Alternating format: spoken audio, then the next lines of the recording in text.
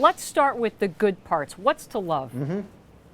Well, look, the most important part of this bill, and the reason on balance it's a good bill, probably worth becoming law, is because it dramatically increases our legal immigration, Mary. And I'm a believer that immigrants are contributors to this economy, as you are, and I think the evidence is overwhelming in that regard. And the other thing that it does is it moves us more toward a skill-based immigration system, Mary, away from the family-based system towards allowing entry to those who have skills, who have talents, who have the kind of work ethic that we need in this country. And I've been fighting for that for 20 years, so I like that a lot. Oh, but Steve, there's also a lot to hate here.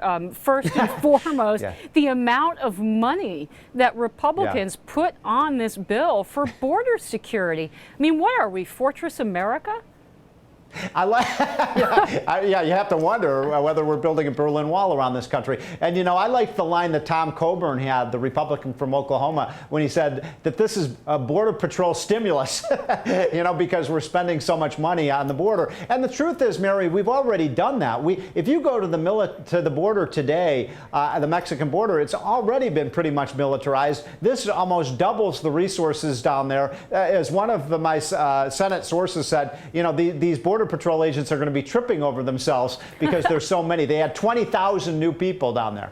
Yeah, and not to mention that, you know, if you focus on one area of the border, they're just going to go somewhere else. They're going to find their way in. So why not give them a pathway to get in through guest worker programs and others? Now, Steve, you've told me that you think that the politics here are a disaster for Republicans. Why?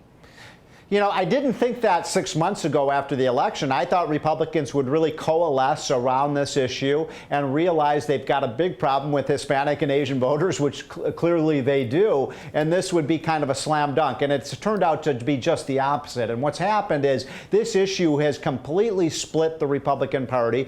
The conservative movement is in a full-scale revolt against this bill. And I fear that what happens is if in the House, John Boehner tries to ram this thing through with Democratic votes, which is that's the scuttlebutt right now, Mary, is that what he's going to have to do. I think you could have the Republican Party just split apart. I mean, you would have a rebellion on your hand from the conservative movement, and I think that would put Republicans in a big, big hole going into 2014. Oh, come By on, the way, I have a minority Steve. opinion on that. Yeah, you are a minority opinion. I mean, isn't that going a little far? I don't think the Republican Party is going to split apart. I think that maybe a couple of very extremist Republicans, your Ted Cruz's of the world, your Rand Pauls might split apart. But come on, Steve, break the party apart? Well, okay, but look at the vote in the Senate. You know, this was a bill, even after they spent this deluge of money, something like $25 or $30 billion of extra money on Border Patrol, you still had 2/3 of the Republicans vote against this bill because there wasn't enough